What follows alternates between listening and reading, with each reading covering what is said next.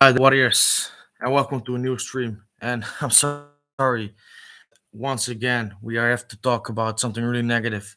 Because Uruguay, go to Brazil, and maybe we have the hope that we can get a result. But today, it's another embarrassment, and it's 4-1, but it could have been 7-1. It's unbelievable what's happening here. From the start of the game, from the start of when the lineups came out, we knew something was wrong.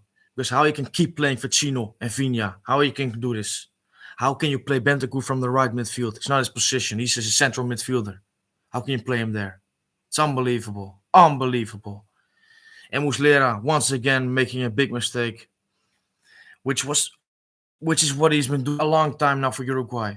And the thing is, players like this, Muslera, Matias Vicino, Matias Vinha, they make mistakes. But you know what? They can keep doing it because no consequences come to it. People are in that team.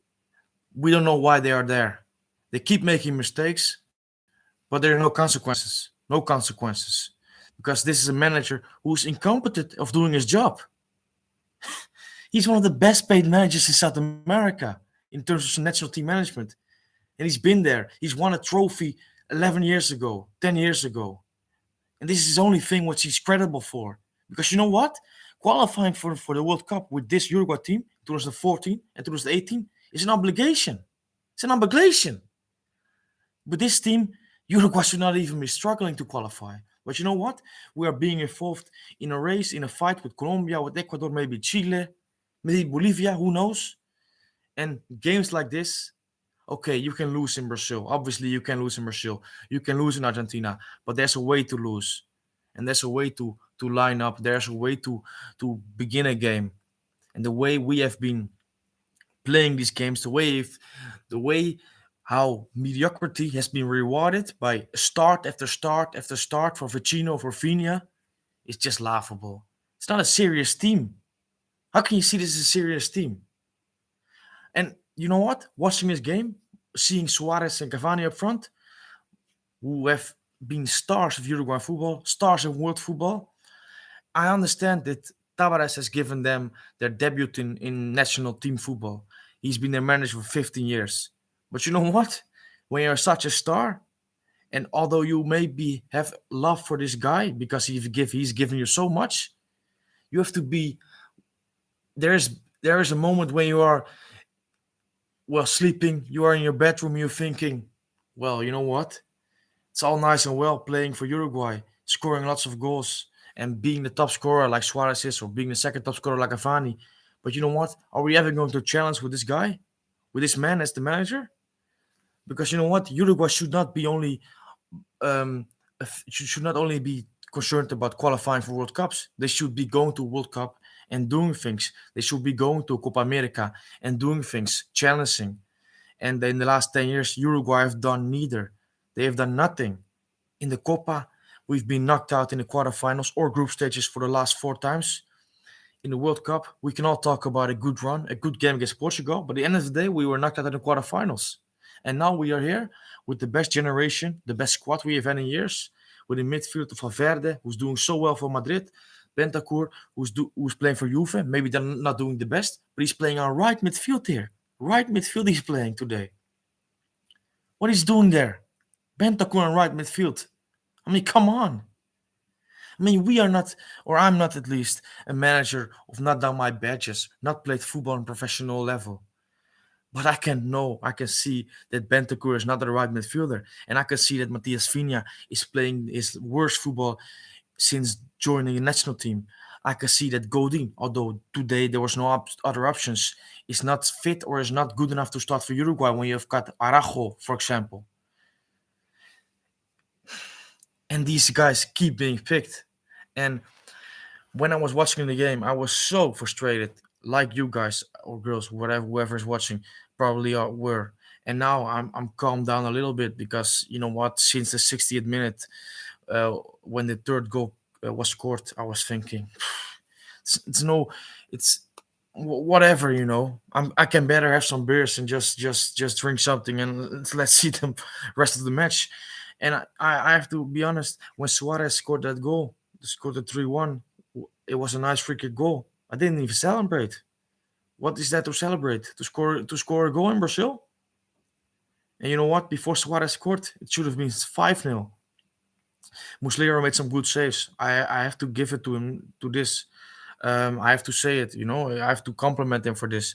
But I had someone going into the comments for me and talking to me and saying, well, if it wasn't for Muslera, it would have been 7-0. It would have been 6-0. And maybe this is true. But you know what? When you are Muslera, when you are a national team manager, a national team goalkeeper on that level, you can't make mistakes like he does. The second goal, especially, just parries it away into the path of an opponent. And it's not even good goalkeeping. You have sometimes a goalkeeper gets a shot, he parries it away, and it's unlucky that a opponent comes in and scores it. But it was a weak shot, and he parried it away like, I don't know, man, like like a goalkeeper playing in the second division in Sweden. And this is a national team goalkeeper who's making mistakes too much. He made it against Argentina. He made it today, and he can make 6 saves afterwards that denies the third or the fourth. But that doesn't mean shit. At this level, you can make as many mistakes as Muslera makes. That is just the truth. This is the truth. And if you do make it, you have to be shift on. But you know what? Muslera, Matias Vinha, Diego Godin, Matias Vecino, they should not be playing for Uruguay next international break. But you know what? They all will play, and we know it. And that's the most frustrating thing of all. We know they will play again because this team is not being picked out of merit. They're not being picked of who is playing best at their clubs. They're not being picked of who are the better players.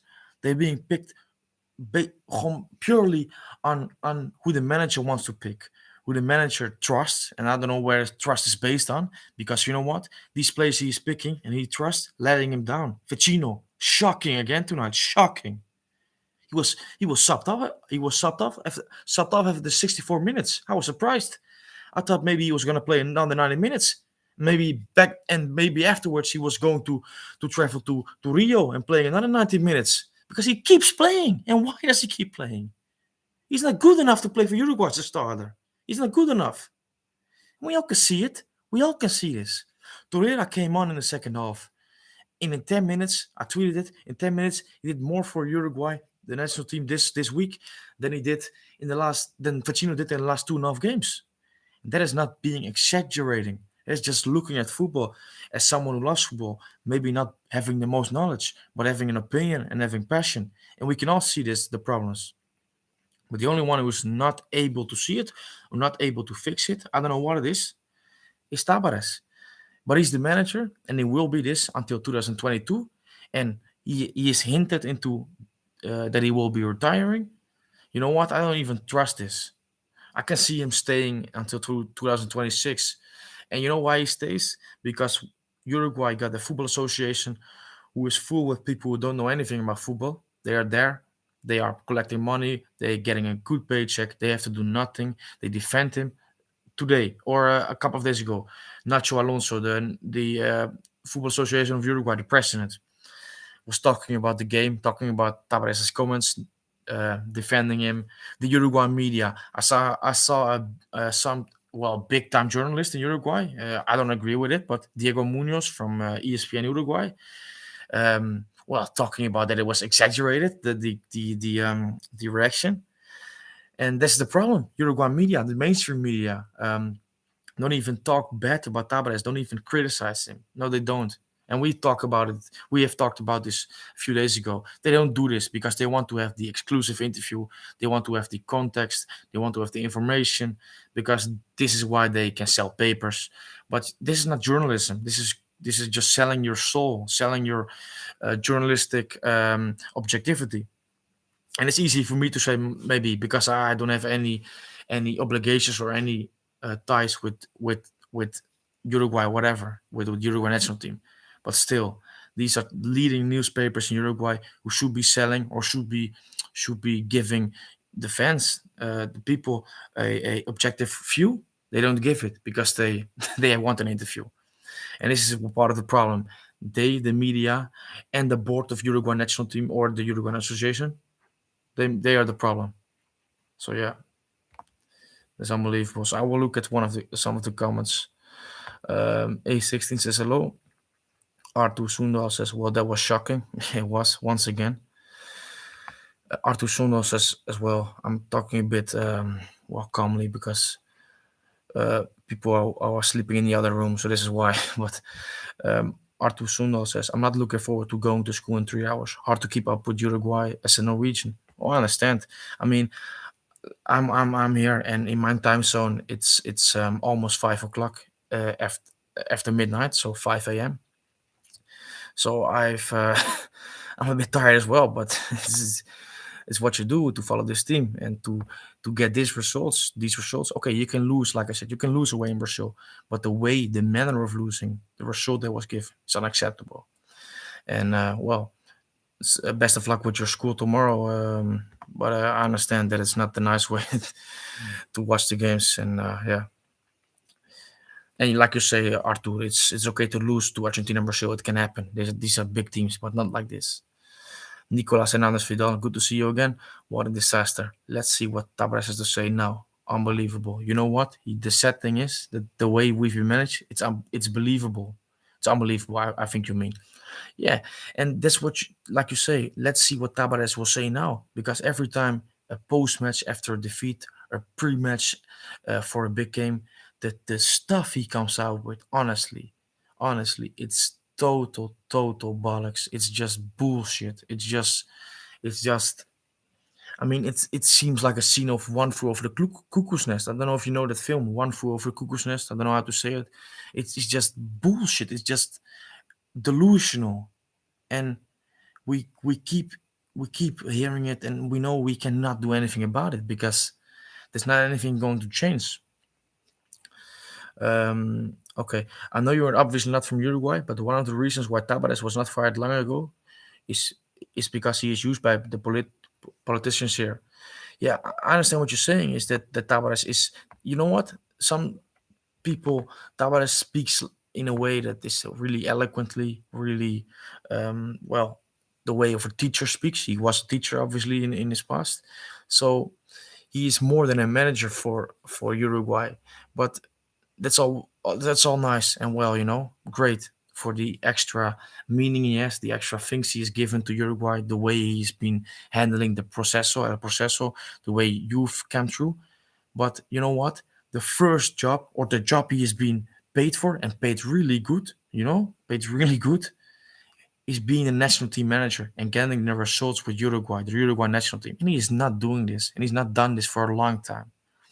But he keeps being the manager because of the reason you are saying, A16, but also because the national the FA, the AOF, um, it's full of nobodies, and the Uruguayan mainstream media, well, they're not journalists. They're people that want to sell the papers.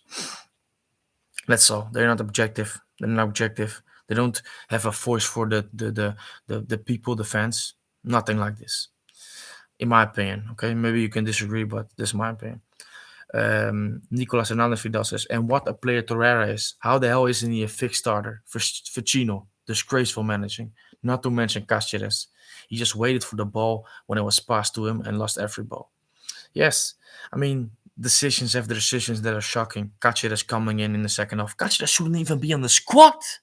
He shouldn't even be on the squad. He should not be there. Come on, boys. Damian Suarez, he's been the best right back for Uruguay in the last few years in Europe, not being picked. Alfonso Espino, Lucas Olaza, Matias Oliveira, left backs, who are doing so well in Europe, doing so well consistently, not being picked. This is what we have to handle with. And Cáceres is still in the squad. What a joke! What a joke! Honestly. Leburu says, each international break, Uruguay proved to me each time that rock bottom is still not reached yet. Each time it gets worse. Good point. It's the truth. Because it's the truth. It's every time it gets worse. It gets worse. And you know what? Next international break in November, we got two games. It's Bolivia away and Argentina at home. Don't be surprised if we pick up 0 points. Because this is really realistic in the way we are setting up. And especially the fact we have a manager who is not even competent to manage. He couldn't even coach under 16 side. He's no clue. He has no clue. He plays Bentancur on right midfield. I still can't get over this. How can you play Bentancur at right midfield? Rodrigo Bentancur. He is nothing of a right midfielder. Nothing.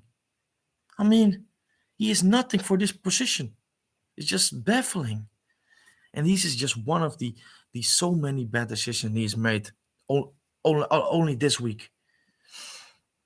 So yeah, unfortunately, Tornik says, unfortunately, it was expected. No fighting soul. That's the team biggest problem now. Definitely, new coaches needed. Yeah, I mean, it was expected. This is the problem as well. We all expected it. Okay, we can have hope, and I did have hope. Did have hope because I always want to see Uruguay do well. And although sometimes it might be misguided, it might be an illusion, might be delusional, but I still have hope. But at the end of the day, we all expected this because this has been going on a long time. Emmy Martinez Goat 2021, probably Argentina fan, but thanks for the comment. At this rate, Uruguay will qualify but go out in the group stages. Yeah, could happen. And your comment reminds me of something I wanted to say because you know what, Uruguay will qualify. In my opinion, Uruguay will qualify. Uruguay got a good enough squad, a squad that is so much better than some teams that are trying to qualify. A squad that is so much better than of Paraguay, than of Peru, than of Chile. So they will qualify, in my opinion. But you know what? Qualifying for a World Cup, and Tabares really takes pride in saying, "Oh, we have qualified for every World Cup since I took over." You know what? That's an obligation. Qualifying with Uruguay for the World Cup is an obligation, and certainly when you have the players he has had in this in his tenure, in his reign, it's his obligation. But you have to challenge the World Cup. And with this team and how we are playing now, this team is good enough. Let's get it clear. But the way we are playing now, the way we are progressing, which is not progressing, we're not progressing. We're not creating a style of play. We're not having patterns. We're not having players that are in a fixed position, that are playing together, that are creating some relationships. We are not having this. So you know what? We will go to the World Cup. We will. I believe this. But will we honestly challenge in the World Cup? Will we honestly be a team that will go far? That will maybe propose a threat for some teams. That will maybe go to the semifinals. I don't believe it because you know what? We have not. We are not looking like a team. We're not playing like a team. We're not developing a way of playing. We're not developing an idea of playing. And to be honest, Ecuador, for example, Ecuador is a team. When you look at the players and our players, we have a much better squad. Ecuador is a much better team. Let's get this right. Ecuador is a much better team as a unit, playing together, having an idea of how to play than we have. And what is the reason for this? It's the manager. And Ecuador don't have a manager that will, when he steps down from Ecuador, will have a top job. Will have a top job in South America, Europe. No, they have a manager who is a good manager, a decent manager. But he will get his team playing. He will get an idea of how to play, and he will stick with it. And he will not make honestly baffling decisions like Tavares. He will not. And this is the difference between Uruguay and most teams in South America. Uruguay, after Brazil and Argentina, but I think Argentina and Uruguay are similar in terms of strength of squad. But after these two teams, Uruguay easily have the best squad. Easily. But do we see this on the pitch? Do we see how we play? We don't. And there's only one reason why this is happening, in my opinion. And if you disagree, please let me know. But I can't see it. I honestly can't see it.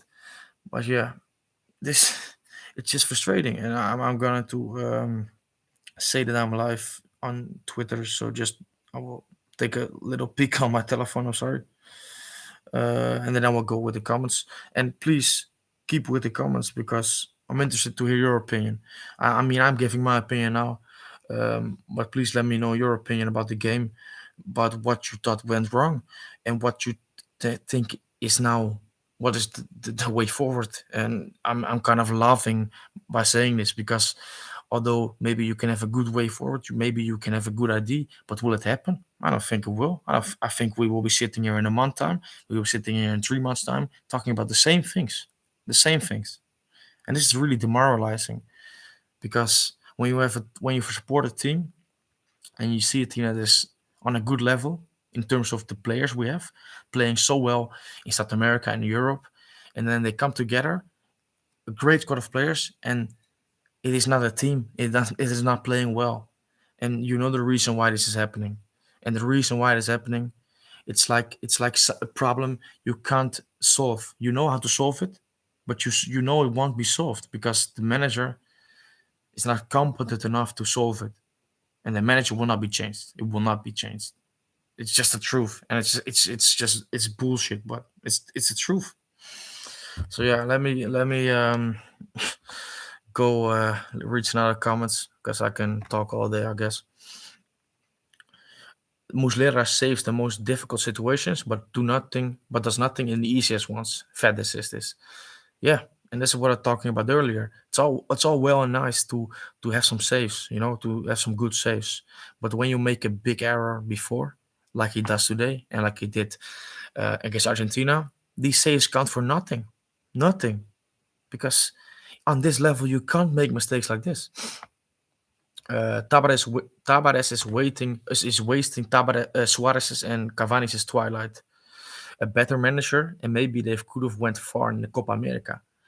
Um, if they don't make it into the World Cup, it's a disgrace. This is Locke the Lion who says it. All points, I completely agree. I've talked about this before. Going in 4 Copa Americas in a row, being knocked out in the quarterfinals before, is sackable. You should be sacked. You should be sacked for this. I mean, the United States of America, Peru, Paraguay, Ecuador. These teams have all come to the semifinals in the last 4 tournaments. We have not. I'm like, come on. And the excuse Tabres is always hiding behind when he talks about the Copa Americas and when he talks about the failures in this tournament is that, well, the World Cup is important. It's the most important. We want to qualify for the World Cup. Yeah, sure, we want to qualify for the World Cup, but we want to compete for the Copa America as well. You know, I mean, when I'm following a study, um, and I have 2 courses to follow. I can't just say, well, you know what, I cannot say to my teacher, you know what, hey, this course I want to get a good grade. The other course, hey mate, just give me a 6. It will be okay. This is not happening. It's not happening. All the 2 tournaments are a choice or are opportunity to to to make history. And you know what? The Copa America is the best way to make history for Uruguay at this moment because it's the most accessible, it's the most realistic way of making history, of getting a result. And we have wasted 4 Copa Americas in a row. And for me, that's not acceptable. Just like today was not acceptable, just like the way we've been playing is not acceptable. But yeah, Fede says, but do you remember 2010? And he says that in this inconsistent letter.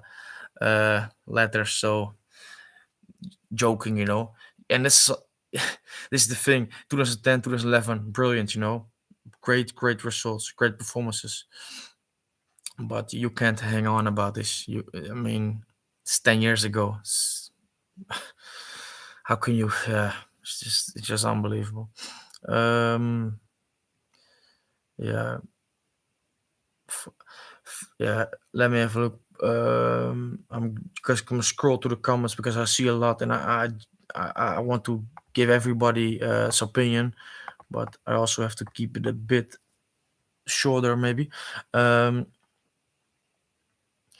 It's 2021, and Martin Cáceres still plays, and I think that says enough. That Esteban Erdodi, I hope I said it well.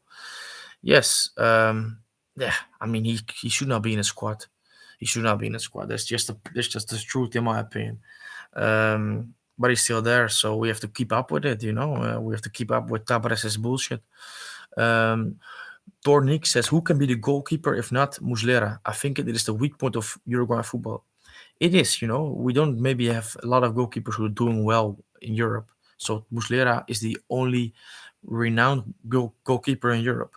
But you know what? During the time he was the keeper for Uruguay in the last 10 years, Martin Silva did well in Brazil. Martin Campaña was doing well in Argentina. Sergio Rocher now is doing well for Nacional on international level in the Sudamericana Libertadores. So there are goalkeepers who maybe you can give a chance, but it's not happening because Muslera is just a fixed starter. He will always start. Never a debate about this. And this is also something. Some players are playing, like I said before, and they will always play, and it's no debate. And it's just not it's just weird because these players are not having great prominence in Europe or great prominence at their clubs. Matthias Vecino is a substitute for Inter, a substitute.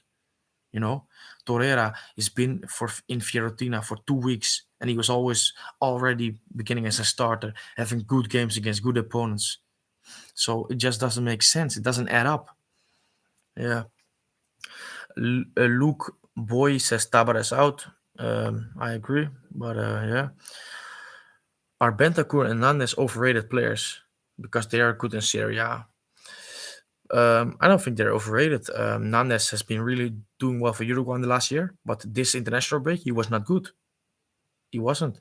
But we also have to remember Nandes is not the national right back, um, so he will have games that are not the best. But the best national right back for Uruguay in the world is Damian Suarez, and he's not been called up, or he's been called up once and not since, and he's not even made his debut, but he's being ignored. Why?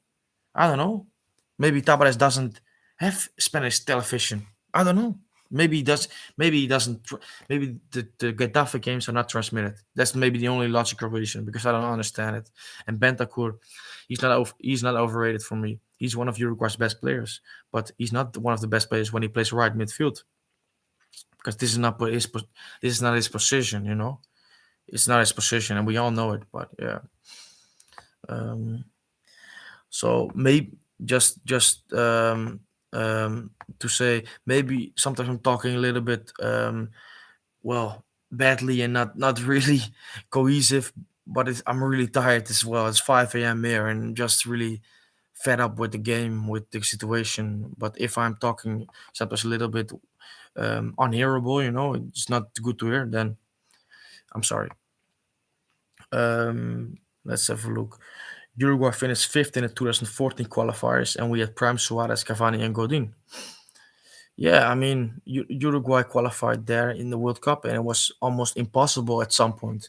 And a great run at the last few, the last well 6-7 games. Eventually, got Uruguay into the World Cup, and like you said, there were players who were in their prime, but back then Uruguay didn't have a team that was nearly as good in terms of quality. I'm not talking about of character because this team for Uruguay, the character was that was brilliant. I mean, the best is South America maybe, but in terms of quality, in terms of talent, they were not as good as we are now. But I mean, what do you have in South America? Sometimes you need more the character than you need the talent because this is sometimes what wins you games.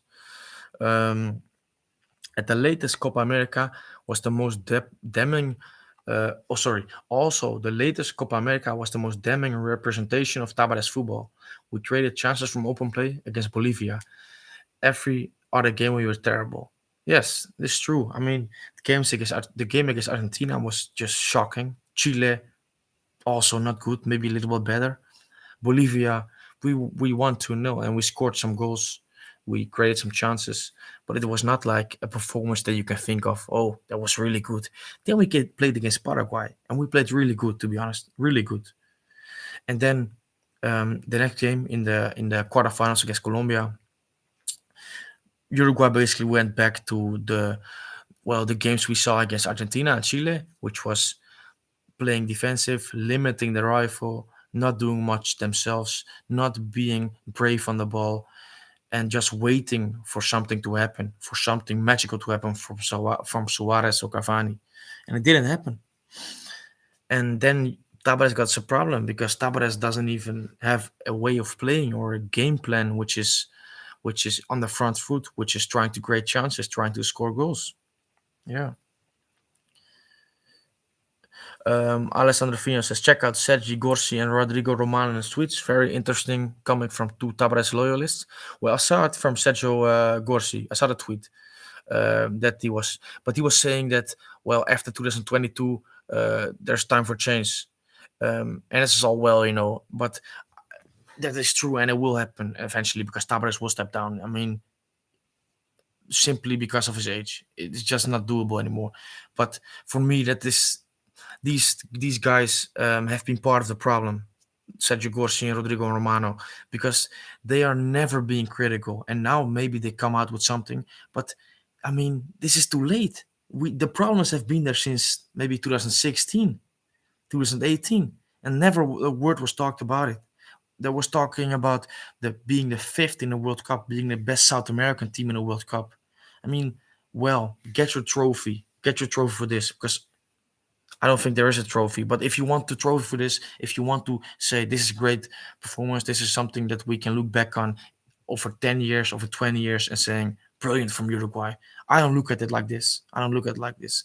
I'd rather be the Copa America champion than being fifth in a World Cup, because there's not no such thing as a fifth in a World Cup. There's being the number one and being the number 32, and nothing else helps. Nothing else is important, because being number 32 or being number second is the same in my opinion.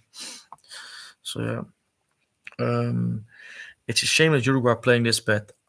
As an Argentina fan, I truly think your team has the same quality players as us to compete, but to be playing for a draw, not the Uruguay I know. Well, it's interesting that you say this, and I agree with you that Uruguay and Argentina are quite similar in terms of quality. Um, but when you're saying um, Uruguay to play a draw, and then you say not the Uruguay I know, it's the Uruguay I know. It's the Uruguay for the last 10 years, and this is something really disappointing, but it's the truth. Sebastian Crank says, I disagree with you saying we have a strong squad. This is the worst team we've fielded in 15 years. Well, I respect your opinion like I respect everybody's opinion, but to be completely honest, that is the most, that is just not true. I mean, it's just not true. Uruguay squad now and in the last 2 years has been the best it has been in 15 years, 20 years, in my lifetime at least, in terms of quality in depth, in terms of quality, in terms of the players playing in big clubs, having prominent roles in big clubs. Valverde being a prominent player for Madrid, Darwin Nunes coming through from Benfica, Araujo coming through for Barcelona, Bentancur being a starter for Juventus. All things like this. Coates being the champion of Portugal.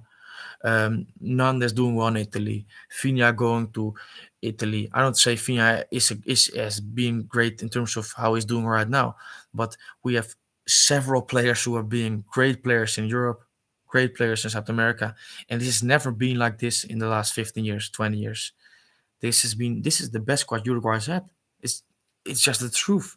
And maybe you don't like how we play. That's another discussion. And I don't like how we play either.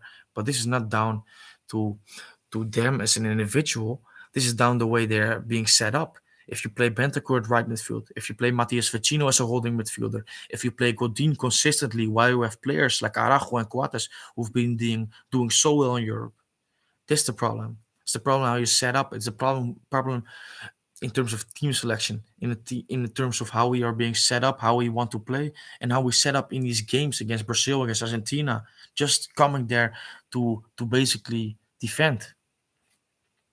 And yeah, I don't understand it, to be honest. Okay, Alessandro Vigno says, let's not get this confused with a bad run we had in the 2014 qualifiers. This is a different situation. Core players in decline, a strong midfield. 2022 really feels in danger. Um, yeah, and I understand what you're saying, but for me as well, the difference is with the bad run is that um, back then Uruguay had Suarez and Godin, who was in their prime, and also in the prime for the national team, but also for their club team, club football. But you have to remember Cavani back then wasn't really brilliant for Uruguay. He wasn't. So Suarez carried the offensive side. Godin carried the defensive side alongside a little bit with Lugano, but Lugano was on the decline. And Uruguay had some players with real character, like Palito Pereira, like Arafaro Rios, like Russo Perez, Tato Gonzalez. These players who were maybe not the best technically, but in big games or in tough games, they had a function. They had something. So eventually, these guys got us through it, especially Suarez, to be honest. But now, with this team. Uruguay have a squad that is just underperforming like crazy. It's, I mean, it's just unacceptable. So I can see the similarities, but still, it's also a different situation because Uruguay's squad is much better now than it was then. Sebastian Crank says all our players are too inconsistent. There's a lot of promise in the midfield, but not top level right now. Our stars are too old to start. Uh, some players might be inconsistent, but the problem is not our players. It's not our squad. It's not our. It's not our. It's not the players. Not a problem. That is not a problem. Of course, there are players who are maybe sometimes underperforming, but it's the way we are being set up, the way we are being, the way the manager sets up his team, the way the manager picks players who are not worthy of starting. That is the problem. The players are not a problem. I mean, I feel we can all agree with this. And if you don't like Sebastian Crank, then please say it and say that I'm talking absolute crap. And maybe this is the case, um, but I don't think it is the way. It's the case. Another comment on Anirudh IR. Sorry if I mispronounced that. When do you reckon Balistri could debut, mate? Well, Balistri will not debut until he gets, well, be a starter for Alaves. I like him a lot, but no way he's starting anytime soon. I like Godin, but man, give Araujo a chance. Uruguay's defense always getting caught in the counter. Need young players with pace. And I will comment on this. Then Sebastian Crank says as well, Araujo was terrible against Argentina. Um, I didn't think Araujo was good. Certainly, I didn't think that Araujo was good. But you know what? Araujo, you can say that Araujo wasn't good against Ecuador. You can say he wasn't good against Argentina. But just imagine the situation Araujo was in.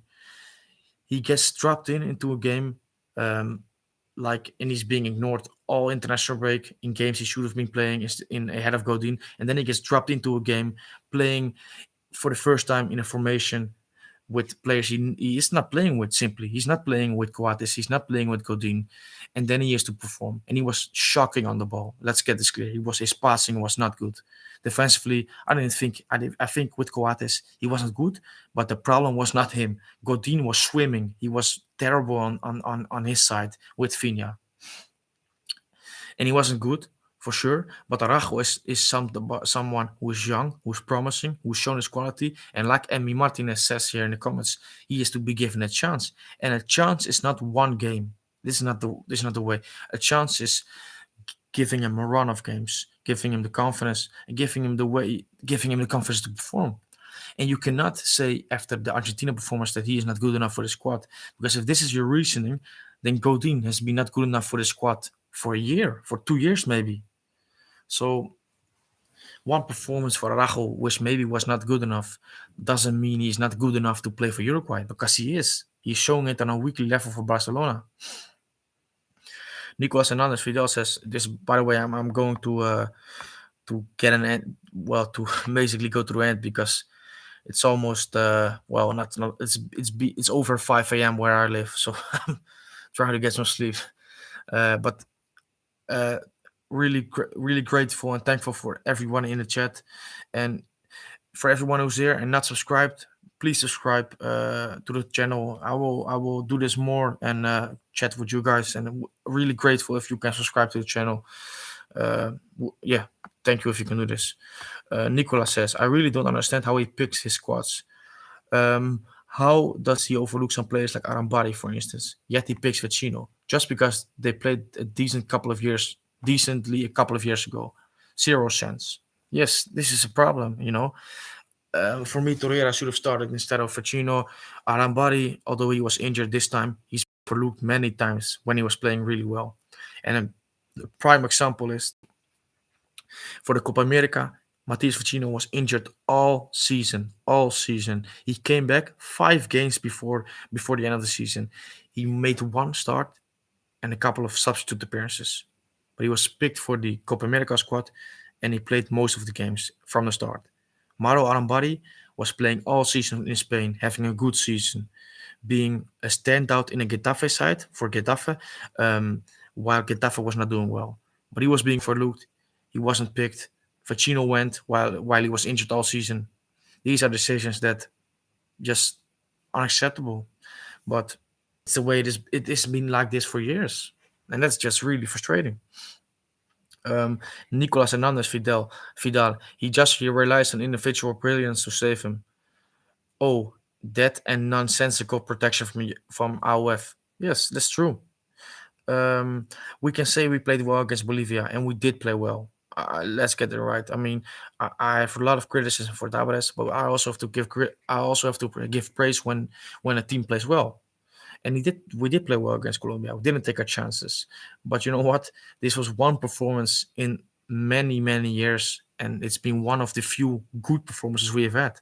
And you know what? With the squad we have, this should be a a reoccurring team. You know, we should be playing well most of the games. Of course, you can have bad games sometimes, but we have been going through these qualifiers, scraping results, points we maybe shouldn't have had at home against Chile, where we were lucky and we got 3 big points. Let's get that right. At home against Ecuador, when we didn't do enough, and we got a big goal by Gaston Pereira in the last minute. Gaston Pereira in the last minute.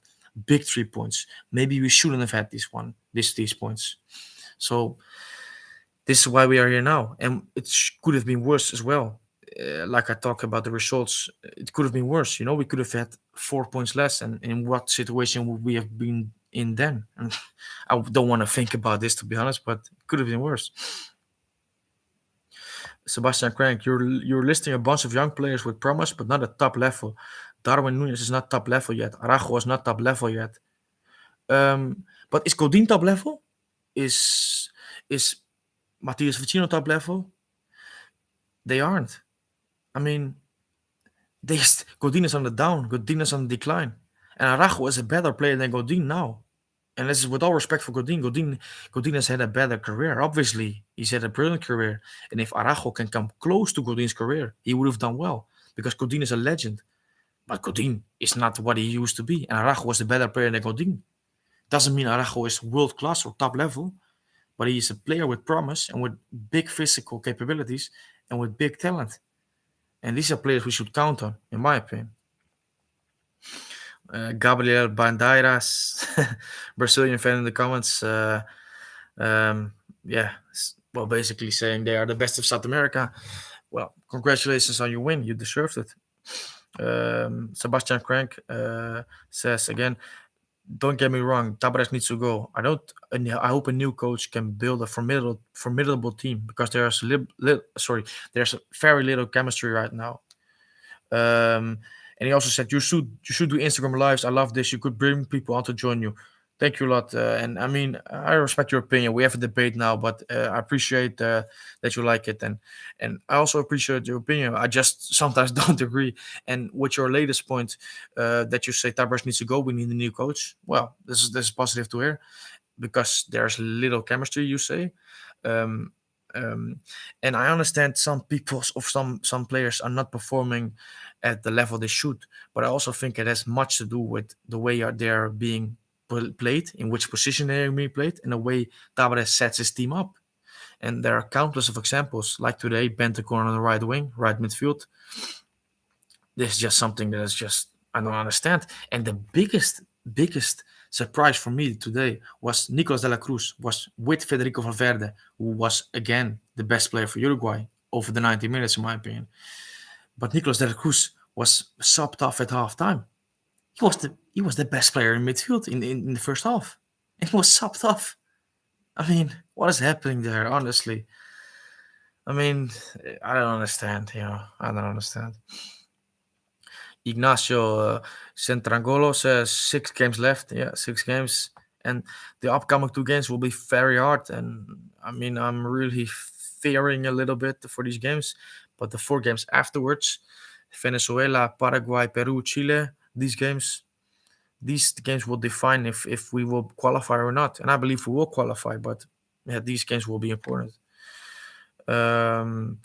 Let's have a look. Nicolas Hernandez Vidal says, I'm going to sleep now. Have school in 7 hours, but wanted to say I love the channel and love the live chats. Good night or good morning for you.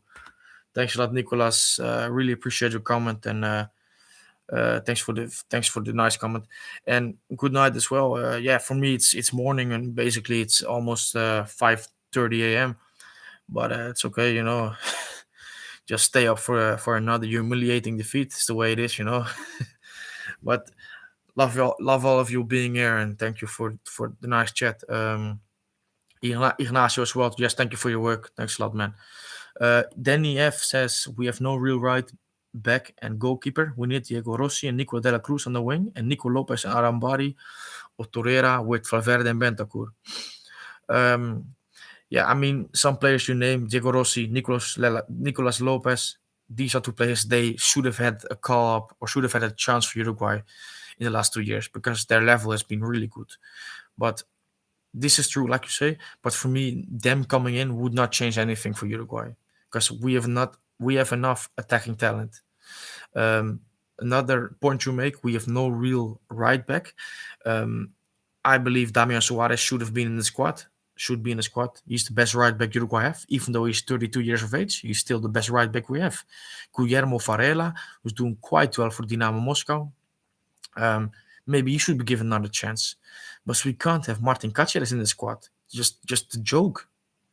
I mean, it's just charity work, to be honest, to have him there still. So yeah. So guys and or girls, whoever is here, it's I'm going to bring it to an end. We have 45 minutes here.